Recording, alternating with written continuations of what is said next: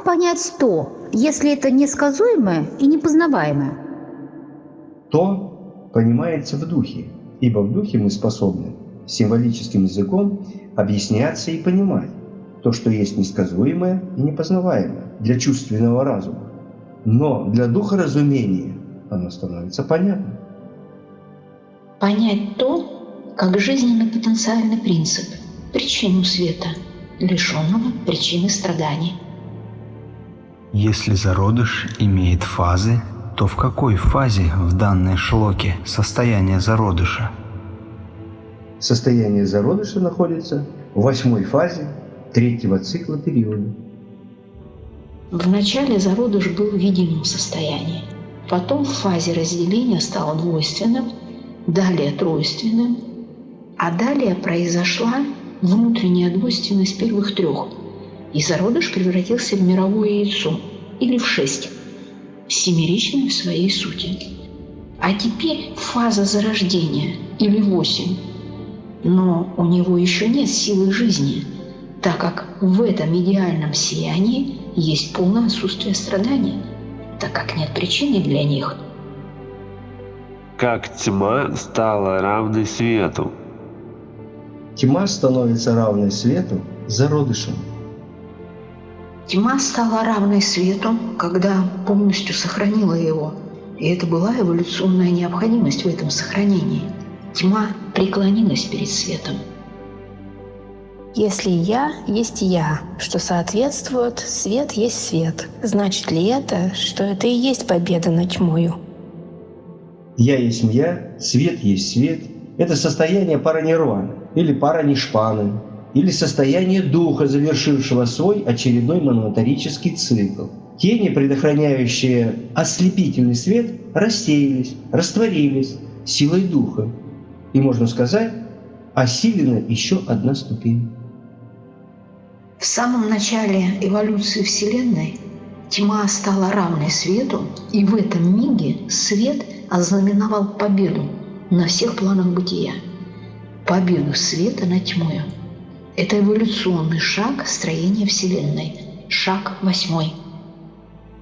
Как это возможно, что один луч содержит сразу 7 лучей? Это символический процесс. Если 7 лучей провести единым лучом безотрывно, можно наглядно убедиться в его семеричном единстве. Единый луч в своем движении в пространстве по мере прохождения окрашивается в разные качества, и их 7. Это и есть творящая сила. Мировое вещество образует узлы.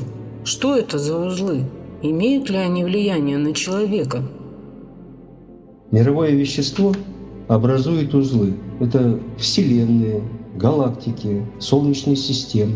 Это будущее жизни, которые раскроются в свой период, в свой цикл.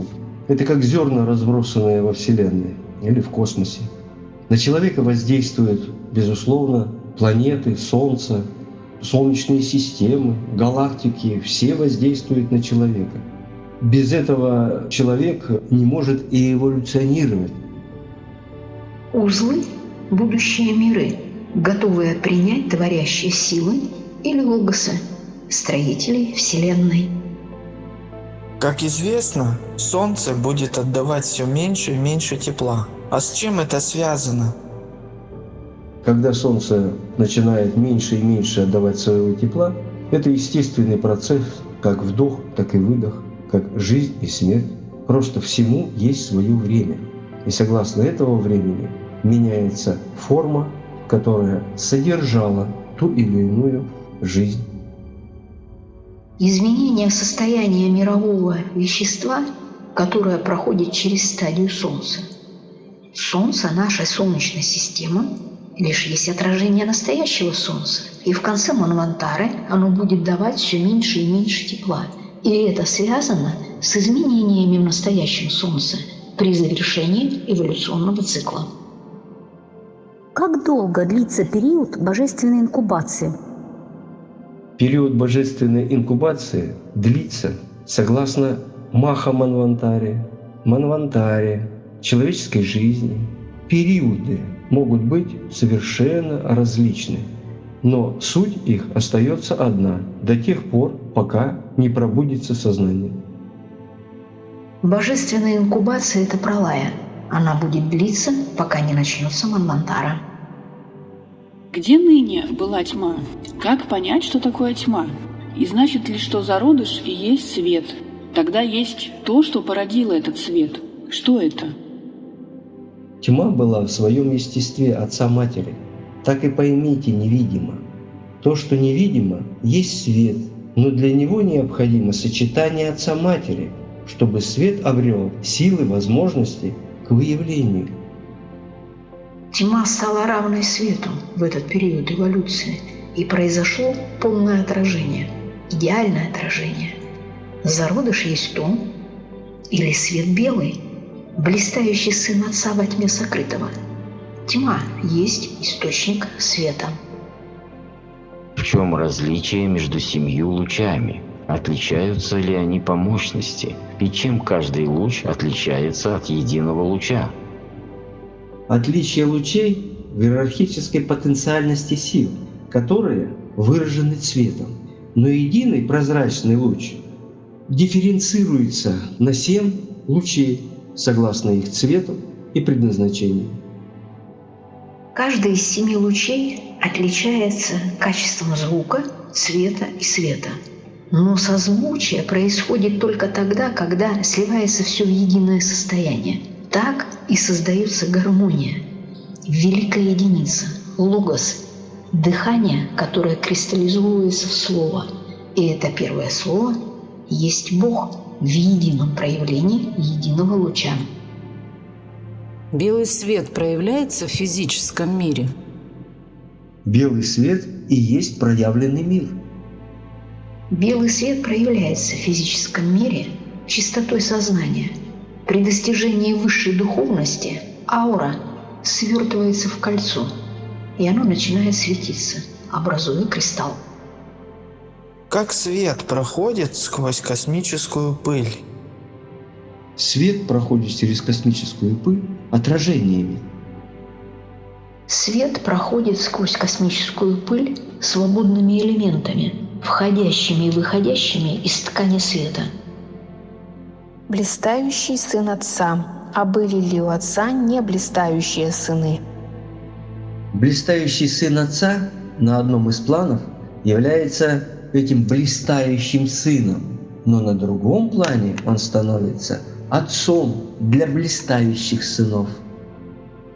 У Отца были неблистающие сыны в непроявленном состоянии, а когда проявляется сын, он становится блистающим светом.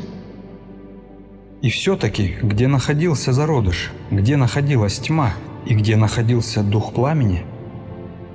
Зародыш находился в то, и дух пламенеющий находился в то. И это то находилось во тьме сокрытое. Зародыш находился во тьме, как потенциальная действующая сила, как сын Отца, блистающий белый свет. Тьма находилась в свете, как в причине его появления, а дух пламени находился в монаде.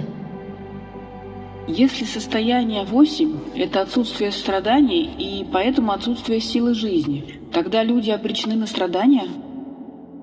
Ибо не было майи или иллюзии для проявления, следовательно, и не было страданий. Форма есть проявление, но форма должна быть положена на весы равновесия, а весы равновесия – это состояние 8, соответствующее периоду эволюции описания шлоки 8.